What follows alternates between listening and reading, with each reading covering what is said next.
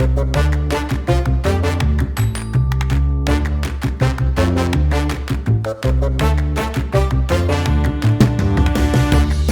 are the days of formal etiquette. So, what should you do in the maddening social situations you face every day? This is No Etiquette, the podcast where we address modern etiquette questions in a nonsense fashion. I'm Vivian Lee, coming to you from Singapore, and joining me is my best friend Sophia Bose in Ann Arbor, Michigan. Hi, Sophia. Hi, Vivian. We are here with a super speedy episode on the topic of etiquette itself. We have not actually ever really gone into defining, I think, what we mean by that word and why we use it, as extremely unmodern as it is. I agree. Whenever I was telling people about this podcast, I think they would look very puzzled initially when I said etiquette, because it is such an outmoded word that conjures up such unnecessary formalities that people don't do anymore. Yeah. And I think around women also, it carries a lot of. It's quite loaded. And it sounds just like out of touch, right? It sounds like you're balancing a book on your head to have better posture or something. And just this is true. Like things that we have dispensed with and no longer have time for, probably rightly so. But I think when you and I were talking about this podcast, there were a lot of things that we were lumping under this word, and we couldn't really find another one. And I think a funny thing that we have not shared so far is where we chose the word etiquette from. And when I was digging into it, I had always sort of found the word funny because it was in like a role-playing game that I had played. And I actually misremembered it. For the longest time, I thought it was Vampire the Masquerade, which I enjoy greatly as like a very, to me, terrifically trashy role-playing game. Which, have I described this to you before in much detail? No. I haven't. Yeah, I can't. This is great. This is new information. I love kind of like tabletop RPGs of all kinds. And Vampire the Masquerade, which I think I'd played Bloodlines a little bit in college. It's this. The people who are into it are very into it. And I say this as someone who quite enjoys vampire stuff. Oh, you know what? Okay, side detour. One of the things I had been talking to you about as we were preparing, we have in the works a series on conversations and the need for creative conversations. And one of the things we had bandied about was good, different questions to ask people. And I had told you one of the questions I really like for a certain kind of group where you slightly know the people, this is not a cult to strangers question. But the question I like is, which cult would you join? What is the cult that would ensnare you? Yeah. Because I think it is a great way to find out about someone's strengths and weaknesses, like their great powers and their great vulnerabilities, I think are deeply exposed by such a question. Absolutely. And I was thinking, I think I would join some kind of vampire cult. I just would. Really? So I need a little more information. Like I need to understand. This is a part of you I have never seen. But like tell me more. We haven't talked about vampire much. I think we've never talked about vampires. It's almost like a vanilla appeal. They're just one of those like great archetypes. They're so bloody. But like they're so full and like they feast upon that which other people need to survive, like to subsist on. I don't know. I think there's great like, and depending on which level of vampire story you're looking at, yes, they're very bloody. They're like musty and dusty and like cold and like live in darkness. Yes. But I think you also have the variety where it's like a great time. You are the ultimate cult. Okay, you're right. Right? Now that I think about it, you're absolutely right. Because in every depiction I remember, wow, you really picked up on something. You're right. I've given this great thought. I mean, like, I want the variety where, you go to the, like, sort of, like, dungeon full of chandeliers, and you're sipping blood from crystal goblets, and you're in, like, red velvet gowns. And, Yes. The great joys and miseries of being a vampire is if everybody around you is, like, semi-immortal. then Yeah. you both like it's great and terrible that you're always stuck with the same people. I think this is another feature that makes it cult-like. Yeah. So that's the cult I would join of like you have to be initiated, you This have is to be amazing. yeah, kind of ruthless. I don't know. I think this is what joy. Before I dive back into the why we have vampire origins for our podcast, have you thought about what cult you would join? Yes, and in fact, Vivian, I completely forgot to tell you, but I used this line on somebody. Like, I don't mean to call it a line, but so I was at a wedding reception party recently, like 2 weeks ago or something, and I had like no idea what to say to the person next to me. So I was like, "If you could join a cult, what cult would it be?" I thought you were recruiting them. I'm Yeah. sure. Huh? I'm sure they Yeah, they thought thought I you was were gonna. recruiting them to some cult. Like, I'm not sure what they thought. There was much sort of like there was complete. They were very taken aback when they understood the question. Though, they had this look on their face that made me think that Vivian, you are a genius because it was like when you ask somebody a question that they want to answer, like this, yes, like she sort of like their sank into whole herself with life they have delight. wanted to Yeah. be asked this question. Yes, this exact question. Somebody like, and she just sort of like sank into herself. It was the best thing because I know that feeling of a good question, right? Mm, So Vivian, great job. Sank into herself. She said she would join a cult. I know I'm giving her answer, but it's because it's actually that's pretty much I think maybe the cult I would join too. Uh, it would be some sort of exclusive, like we are life affirming and creative people. Something about like creation, something about like wildness and freedom. But then mhm. slowly they'd start to sink in like things like drugs. It would very slowly become it would become that sort of evil cult, but it would begin as we are a group of people that appreciate life and we are like artists and we're gonna create something every day and part of this is we're gonna do a very specific routine because this activates your creativity. Like it would perfectly align, right? Like Mm, this is gonna open you up to this. Um, mhm. yeah, eating this food. Like, Yeah, you could run it. You could make anything happen. You could make me eat anything. You could make me wear anything. You could make me do yeah. anything. But you're all doing it together, and this is the All way, and together. this will This is the unlock way. your hmm creativity. To Yeah, unlock to unlock yeah, this deeply individual thing yeah. by doing. No, I think in every cult you see the seeds of both utopia and dystopia, and that is what Yes. life is, really, just in a more Yes. concentrated form if you are in a Yeah. cult. Yeah. You're right. You're like in a tiny version of life, Yeah. like a very tiny, Super concentrated, concentrated. super And I'm concentrated. saying this not to, in any way mock or belittle anyone who, has had true cultic Yeah. difficulties. Yeah. Yeah. This is We sort of the understand. like the Yeah. This fantasy is. version of it. But I think Yeah. you're okay, her answer delights me for two reasons. One, I think she fully grasped the question. And as you were Oh, explaining it to me, I think you're right. It's like maybe all of us, like long to answer the call in our lives. That's why you want your Hogwarts owl to come. You want your like wow. Narnian, what is when they fall through? Like it's not as like That you want your moment in which the thing you have longed for your whole life beckons to yes. you and pulls Yes. you in and you are lost Yes. forever. Yes. Yes. We all And wait so for she this. got that. Yes, we all wait for this.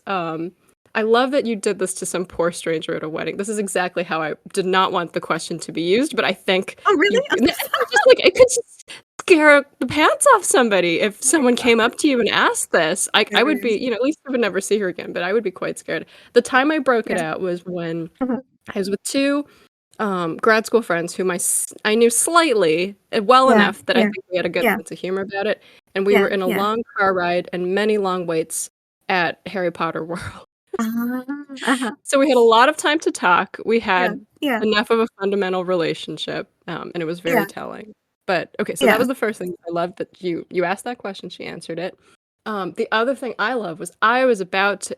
I'm glad I let you talk first, but I was thinking, from your personality as I know it, you would join the cult that the person next to you at the time was joining.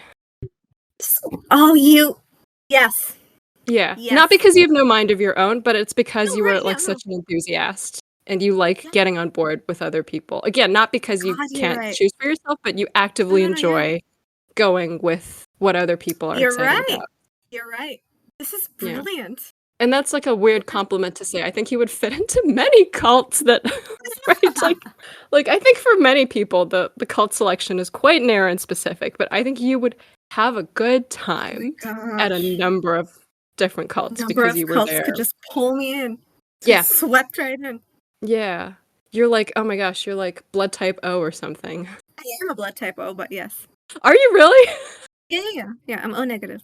I want to believe that I just sort of like intuited that because I would be a You vampire. probably did. Oh. So, yeah. Yeah, yeah. So, okay, so this is a good connection back to Vampire the Masquerade, the tabletop role-playing Uh-huh, game uh-huh, system, because uh-huh. something I just enjoy vicariously about it. Having tried to play it like once, and just the rules, everyone says this, but the rules are uh insane because there's so many of them. It's just like the kind of game that has just grown and grown and grown, and there's so many additions, and Um, people add more rules, and without simplifying as you go along, yeah, as like yeah, Dungeons and Dragons has done to keep it yeah, yeah, manageable for a yeah, person who is not yeah, dedicating a lot of their life to playing it. yeah. Um, but I mean, something great and funny about Vampire is that it just builds forever, and there are like all these main factions of vampires that have literally thousands of years of history. Like they just trace them all the way back through the history Wow, of like it's like this is the wow. time you were with the Egyptians, this Oh is the my time you did that. gosh. Like Yeah. people have deeply expanded in this to this world in a way that I Wow. both enjoy and roll my eyes at, and would happily, I think, enjoy doing more of if I got a little more sucked into it. But This it was sounds for really that good. reason, yeah, that Mm-hmm. I thought Vampire the Masquerade was the game I had borrowed the concept of etiquette from. And Mm. I looked at it more closely and I realized Vampire has the traditional definition, which is sort of this uppity, high society. If you have the skill etiquette in Vampire, you can move comfortably among like the aristocracy, and you know which Okay, fork to okay. use, and your manners are Yeah, great, and you say a witty yeah, comment that moves things yeah, along. yeah, Um, yeah.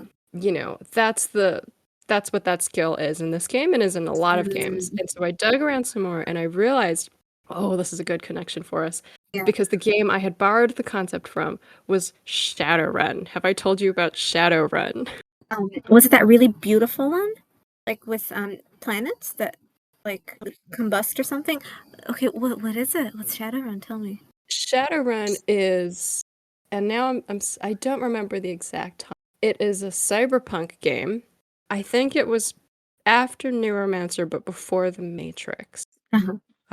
When in a time when I never seen cyberpunk was this. much more niche. Yeah. It's like weirdly mainstream now, cyberpunk. Uh-huh. But yeah, But it is weird. Yeah, it is. I think it began very early on, and like as you know, the whole thing about cyberpunk is you're living in this like not even post-apocalyptic, but the sort of like very grungy, fight the power. Yeah, Usually yeah, like yeah, we've yeah. got Yeah, hackers, we're fighting the man. yeah, yeah, Uh, we're kind of street, right? Like all of that is in yeah, the yeah, Shadowrun games.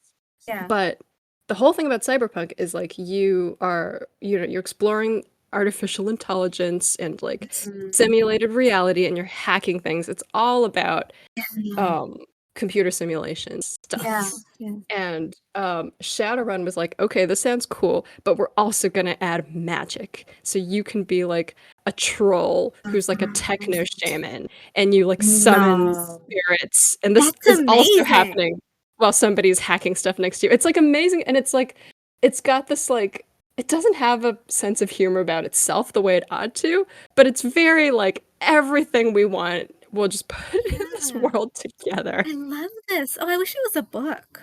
There are probably novelizations of it. There's Gosh, stuff. I would It's love it.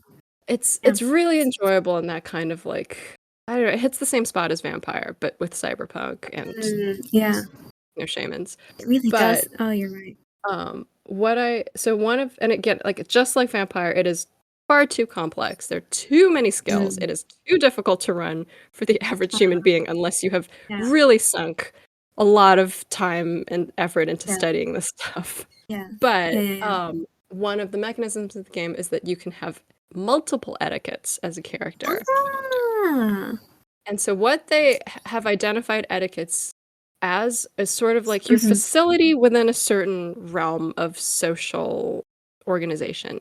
So you can Okay. have like street etiquette where you're really good at like being street, if you know what I'm talking about. Like you Yeah. can like Yeah. talk to Yeah. like urchins and like Yeah. traders and like just like Yeah. Yeah. Yeah. people who make their living kind of Yeah. running, so and then Yeah. there's like, like high society etiquette Mm. and there's corporate etiquette. So Ooh. you were Yeah. or are, some kind of like high powered working for a Yeah. giant conglomerate. Yeah. Yeah. So you can Yeah. navigate that world very Yeah. great Yeah. facility. Yeah. Yeah. Yeah. Um, and so it kind of goes on and on like that. And I really liked that sort of way of, even though that's not usually what we think of for the word etiquette, this idea that Yeah. you can navigate that world with the Yeah. skills necessary. And it doesn't mean you're polite, right? It Yeah. means that maybe like if you're street, you know how to like rough somebody up or, like Right. you can Yeah. get Yeah. your point, you can get done what you need done. Yeah. It's not Yeah. Yeah. about Yeah. saying please and thank you. Yeah. Oh, this is great. This is so great. So those are the distant roots of why we use that word that I don't think I explained fully to you before. Dragged you into it with me. No, no.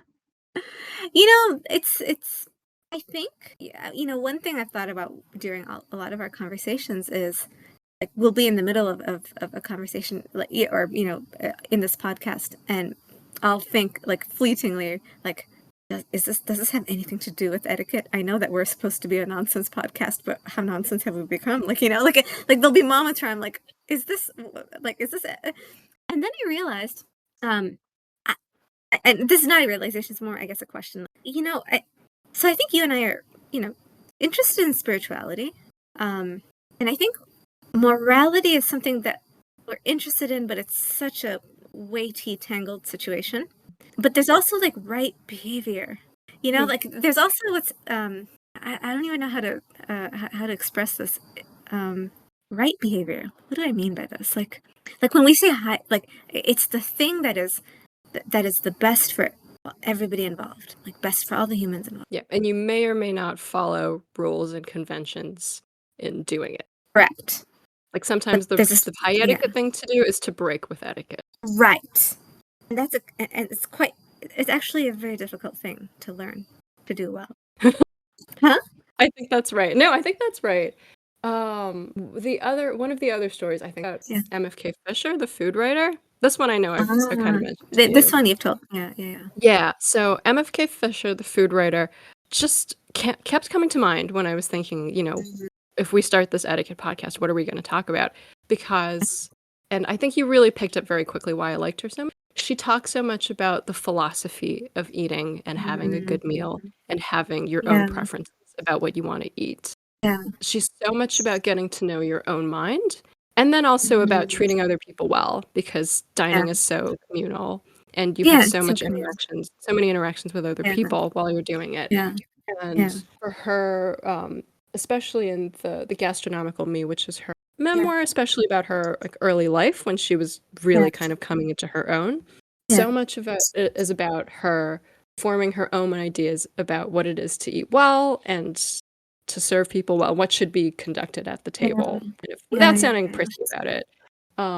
But there's a story I really like where she is, for a while, her first husband was some kind of university visiting professor, and they were in Dijon, and sometimes visiting people would come and they would entertain or be entertained. That was a large Yeah, part of what yeah, they were up to. yeah, yeah. And I think she said there was one dinner where they seated some American diplomat next to her, since they were Americans, Yeah. and they brought out this huge dish of some kind of crayfish, and the American diplomat like just looked at her in panic and just did not know what to Yeah, do to eat this and yeah, did yeah, not yeah, want to offend their hosts.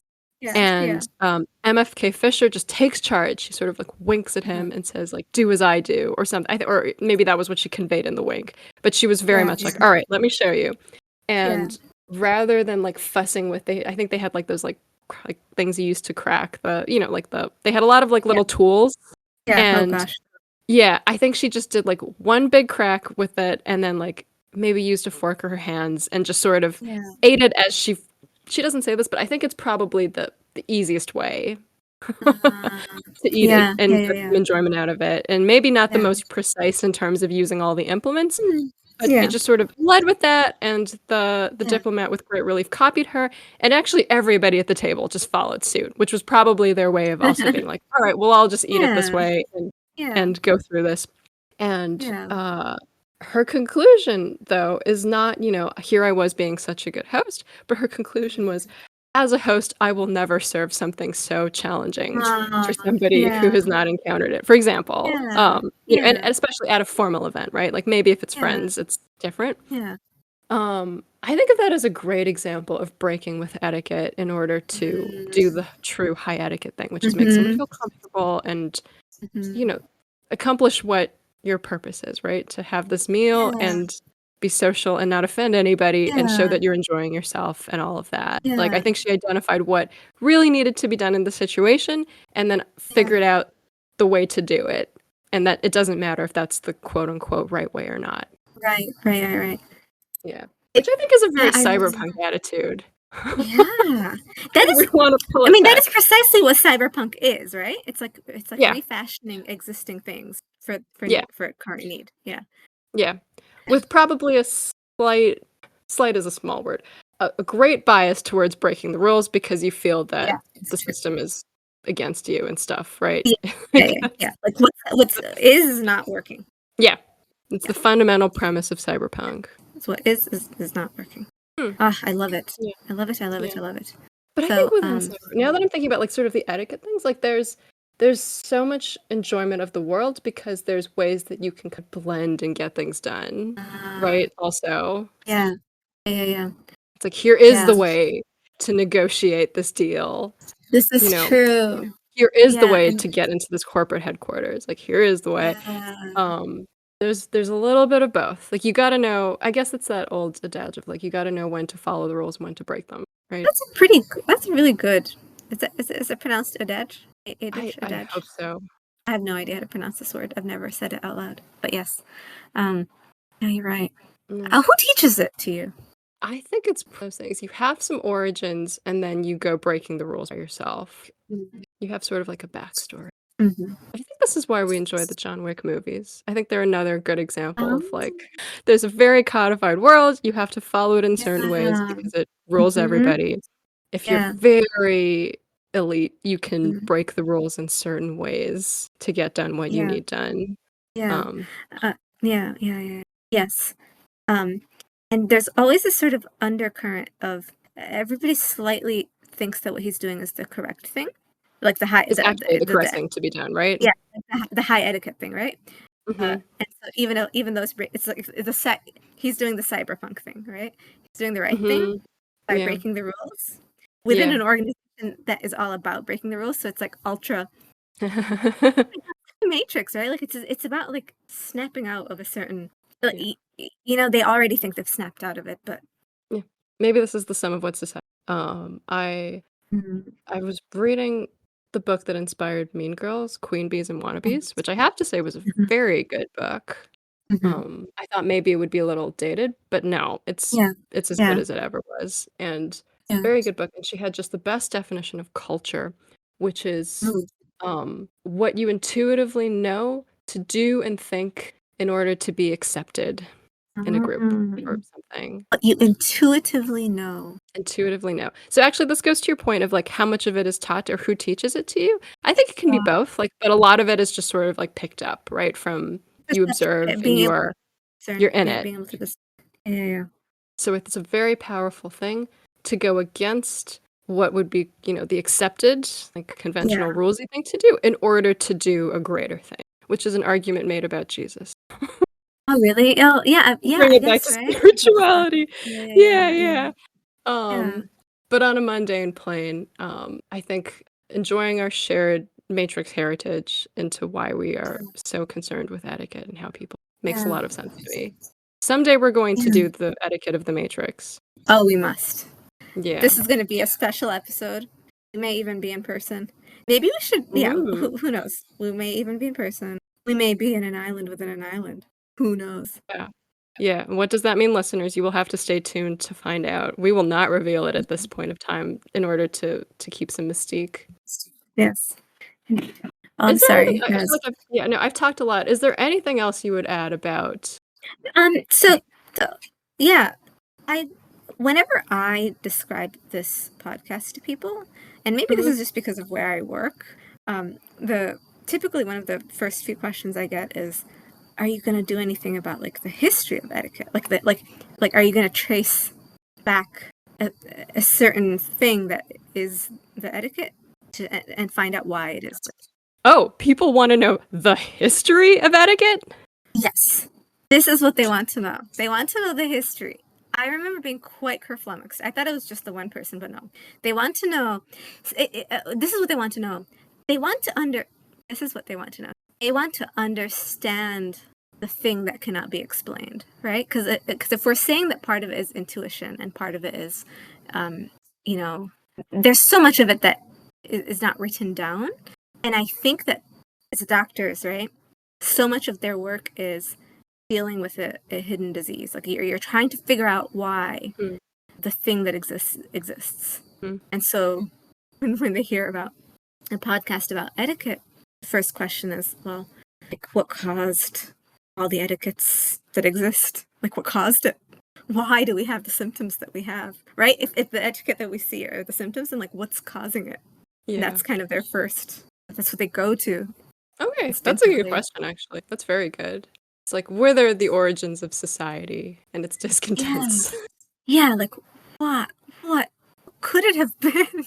You know? Mm. And to that, I will say what I've always said on this podcast, which I think in the absence, like in the abolition, rightly so, of many more codified written manuals and so on about why we do Mhm. such and such, Mhm. um, so much is just sort of formed without thought, I would say. I think, or just sort of like, like email etiquette or so. It just sort of forms along the way. Yeah. And I Yeah, don't yeah, yeah. feel that it is as best as it could be in so many ways. It does not get you to what you really want out of a social situation, Yeah, yeah, yeah. etc. This is fascinating. Right? Like for example, why do people say let's circle back? Who started it? One person must have started it. And who and why and how. Yeah. Um, That's a mystery. I would want to know. I have one more. I read a lot of cooking memoirs and cookbooks for a while, and I think that's a Yeah. good, it's not about etiquette per se, but sometimes things are handed down and you don't know why they're handed down. And sometimes there's great wisdom and sometimes there's no wisdom. Yeah, yeah, yeah, yeah. And I remember hearing this story about somebody who like always made some kind of soup and began by slicing the sausage in half and putting it in the pot. And somebody was like, "Why do you have to take the sausage and slice it in half?" And they like reached out to the grandmother of the person, and the Yeah. grandmother was like, "Oh, if I didn't cut the sausage in half, it wouldn't fit in my pot." So Do you good. know this I one? remember you shared this with Did me. I? Oh, I I love think this so story because because I I think encountered this and I believe it was. maybe it was me, but I think that's a great example of that was handed down for no good reason, Oh, other good than reason. context and circumstances of the time. But then Yeah, there's a lot of other stuff that has made a great deal of sense and yeah, yeah. serves a great function. But because we don't know what it is, we We don't know which one. This is so lovely. This is that's our yeah. postmodern moment, Mhm, and mhm. that is why I think many of us would be susceptible to a cult that professed to know why things were and how things should be, and Wow. then we'll get ourselves into even bigger trouble, but we would have a lark. We would have such a luck. Well, I look forward to listen, when I get called up by the vampire cult, when they, once upon a midnight, when they knock upon my door and slip in through my Yes. window, where I am laying in bed wearing a white nightgown, etc., and like organ music is playing and bats are fluttering outside, and I am summoned to join Mhm. the children of the night. I will give you a ring. Oh my goodness, you must. You must. And I'll probably feel very frumpy next to the elegance that you would be. It just completely makes sense. Right now, I completely get it, Vivian. Yeah. No, this is, you would be a vampire. Absolutely. You'd be so. Yeah, there's that powerful glamour that just. Powerful glamour. Yes, you would be hypnotized. Mhm. Yeah, you Yeah, yeah. absolutely. This is it. And they would give us a makeover. We would all have the powerful glamour. There's no such thing as a frumpy vampire. Yeah, there's not. That's the one thing of which there isn't, correct? Like they've lived so long that they're all quite wealthy, Yeah, they're and with the wealthy, wealth they're comes all. yeah. Yeah. Unless you're talking like vampire comedy, which I also like. Yeah, It's fun to yeah. see all of But that, but I lore, want you the know. Yeah, the classic. classic, powerful glamour Yeah. version. Yeah. I think that would Yeah. appeal. All right, this All has right. been a lovely peek into, I guess, the history of this podcast and the history of etiquette in general. Dear listeners, if you have questions about the history of any particular etiquette practice you have encountered, please write to us at noetiquettepodcast@gmail.com. Thank you so much for joining us. We will see you next time here on No Etiquette. And until then, it is good etiquette to ring for your dear friend when the cult comes to call for you. You will have more fun if you bring a recruit with you. Good night.